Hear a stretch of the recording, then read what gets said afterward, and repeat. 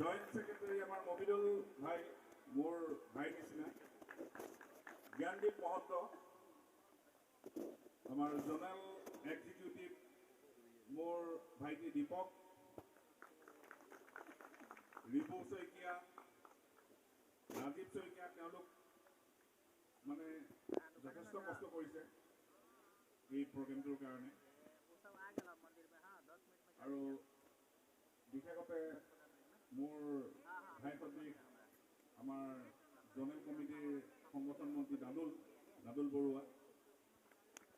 প্ৰমুখ্য কৰি আমাৰ ষ্টেট প্ৰেচিডেণ্ট ৰঞ্জন পেগু ডাঙৰীয়া প্ৰমুখ্য কৰি সকলো আমাৰ ইয়াত উপস্থিত লামডিং তিনিচুকীয়া ৰঙিয়া ডিভিজনৰ বিষয়ববীয়া আৰু কৰ্মকৰ্তাসকল আৰু লগতে মই বিশেষভাৱে নাম ল'ব লাগিব ধেমাজি গুদামৰ পৰা আজি এই পৰ্যায় পোৱা যিজন ব্যক্তি যিজনৰ নাম নল'লে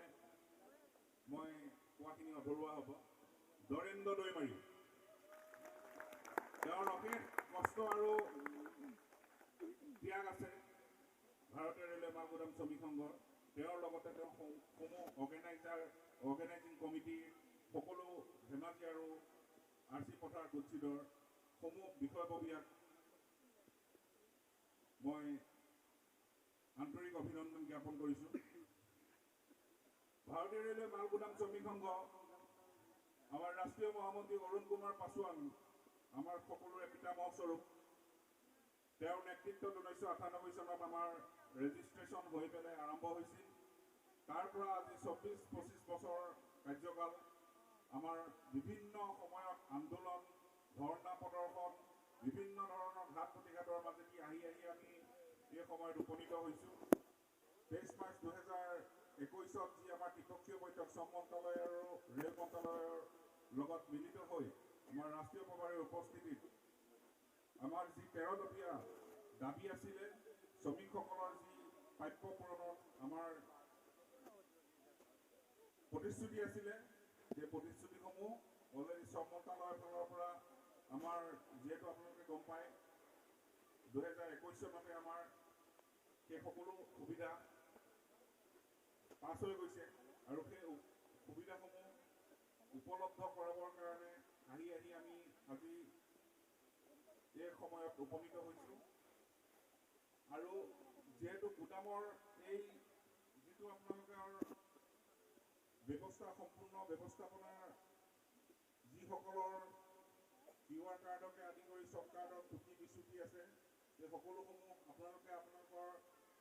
বিষয়ববীয়াৰ মাধ্যমেদি ঠিক ঠাক কৰি ল'ব আৰু এতিয়া আমাৰ সময়ত আহি পৰিছে যে অনতিপলমে আমাৰ গুদাম ৱাইজ ব্যৱস্থাপনা কৰি আমি চৰকাৰক যি আমাৰ সম্পূৰ্ণ গ্যাং ৱাইজ সূচীসমূহ জমা কৰি আমি সেই সুবিধাসমূহ আমাৰ শ্ৰমিকসকলক উপলব্ধ কৰাব লাগে আৰু সেই গোটেই কথাখিনি অৱগত কৰিবৰ কাৰণে আমাৰ ৰাষ্ট্ৰীয় প্ৰভাৰী ডাঙৰীয়া আমাৰ মাজত উপস্থিত আছে ছাৰৰ মুখেদিয়ে আপোনালোকে সকলোখিনি কথা শুনিব মই বেছি দীঘলীয়া নকৰোঁ যেহেতু বৰষুণৰ বতৰ গতিকে সকলোৱে কষ্ট খাই আছে গতিকে মোৰ বক্তব্য বেছি দীঘলীয়া নকৰি ইয়াতে সামৰণি মাৰিলোঁ আৰু বাকীখিনি কথা আপোনালোকে ছাৰৰ মুখেদিয়ে গোটেইখিনি কথা অৱগত হ'ব ধন্যবাদ